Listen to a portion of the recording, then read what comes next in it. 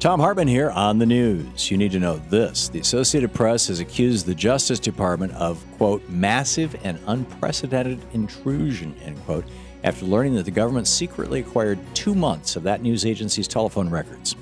In a letter to the AP last Friday, the Justice Department finally admitted that it obtained a large number of phone records, which included AP office lines and even personal lines used by reporters.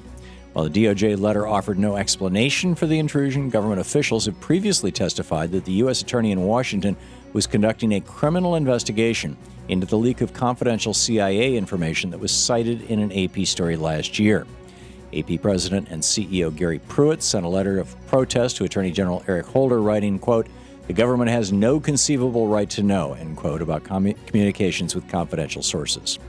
Normally, news agencies are notified in advance when the government wants these types of records, and there's negotiation between the agency and the government over the requested information. But the Justice Department's letter cited an exemption to that requirement, which waives the notification requirement if it poses a substantial threat to the integrity of the investigation. It's not clear if the records request was signed off on by a judge or grand jury, so the Justice Department has violated the AP's First Amendment right of freedom of press without so much as a warning, perhaps anyway, and now refuses to disclose their justification for doing so. This is something we should all be concerned about. Freedom of the press is one of our most important liberties. Many consider the press our fourth estate. It provides the transparency necessary to hold our government accountable. It was Thomas Jefferson who said our liberty depends on the freedom of the press, and that cannot be limited without being lost. We must protect this liberty and start demanding some answers from our Justice Department. In screwed news, Rick Snyder's little dictator, Detroit's so-called emergency financial manager Kevin Orr, wants to screw over that city's unions to pay investors.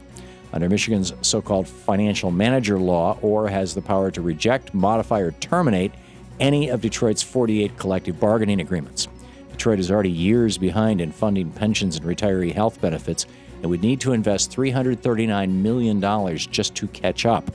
But thanks to Governor Rick Snyder's appointment of Detroit's dictator, obligations to pensioners will come second to investors who hold $377 million in derivatives. This is completely backwards. People who gambled against Detroit's economy shouldn't be getting bailed out while unions are forced to take the hit. Retirees who paid into pensions for years should be paid before those who placed bets on Detroit's economy. This is yet another example of how the rich get protected while the poor get screwed.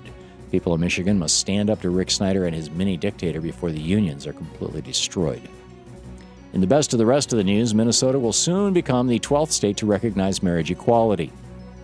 Yesterday, that state's Senate voted 37-30 to pass a marriage equality bill, and Governor Mark Dayton will sign it into law today.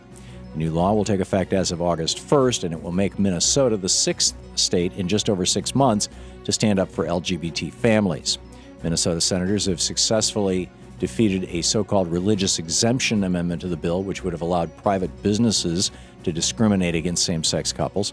In anticipation of yesterday's vote, Mayor Chris Coleman of St. Paul renamed the Wabasha Bridge the Freedom to Marry Bridge, lining it with rainbow flags to celebrate this victory in LGBT equality. State after state is recognizing that everyone should have the right to marry the person they love, and slowly but surely, equality is becoming the law of the land. There's only weeks left before the Supreme Court will release its rulings in the landmark Prop 8 and DOMA cases, but states like Minnesota are showing that marriage equality doesn't want to wait.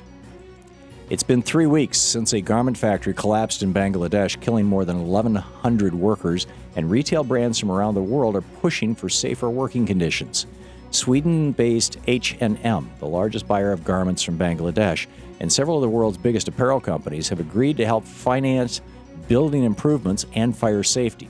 The retailers say they will sign a legally binding plan that will also require safety inspections, mandatory repairs, and will require retailers stop doing business with factories that refuse to correct safety violations. The plan even gives workers' unions a voice in factory safety negotiations. H&M has also pledged to increase pressure on other Western retailers to join the fight against unsafe and unfair working conditions. They said, in order to make an impact and be sustainable, the plan would need a broad coalition of brands. We can help, too, by putting pressure on retailers to join H&M's effort. Let's work together to put an end to slave labor. And finally, sorry, Minnesota, but Michelle Bachmann is not leaving your state anytime soon. Multiple news sites lit up this week over a report that Congresswoman Michelle Bachmann threatened to leave Minnesota because that state was about to legalize gay marriage. As it turns out, the story originated on the satire news site, The Daily Current. The parody site included a made-up quote from the Congresswoman, which read, "Sodom and Gomorrah thought they could defy the will of God. We all know what happened to them. If the governor signs this legislation into law, the Minneapolis-St. Paul region will be next." Considering Michelle Bachmann has called homosexuality part of Satan, sexual dysfunction, and child abuse, it's easy to see why people fell for the story. And that's the way it is today, Tuesday, May 14th, 2013. I'm Thom Hartmann on the news.